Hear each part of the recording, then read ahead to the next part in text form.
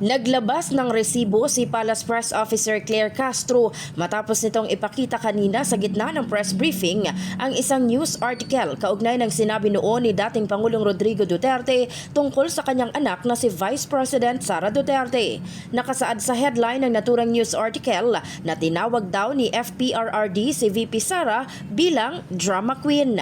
Bilang konteksto, tinawag noon ng dating Pangulong Duterte na drama queen si VP Sara matapos sabihin ng Vice Presidente na isa rin siyang rape victim pero hindi raw siya na-offend sa rape joke ng kanyang ama.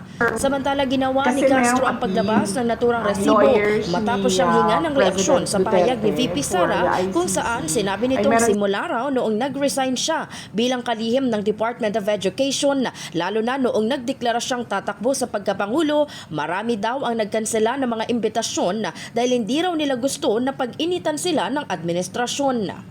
Mismo ang dating Pangulong Duterte ang nagsabi na may mga pagkakataon na ang Vice Presidente ay sinungaling. Ipapakita ko po ang isang article at binanggit din po ni dating Pangulong Duterte na ang kanyang anak na si VP Sara ay isang drama queen. Dito pinasinungalingan niya mismo ang sinabi ng dating Mayor Sara Duterte sa isang issue ito.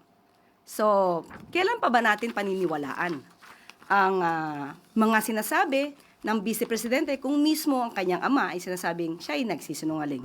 Samantala, sa pambihira ring pagkakataon, sinang-ayunan din ni Castro ang sinabi ni VP Sara na papaano kung tumakbo na lamang siya noon bilang mayor ng Davao City at hindi Vice Presidente ng Pilipinas.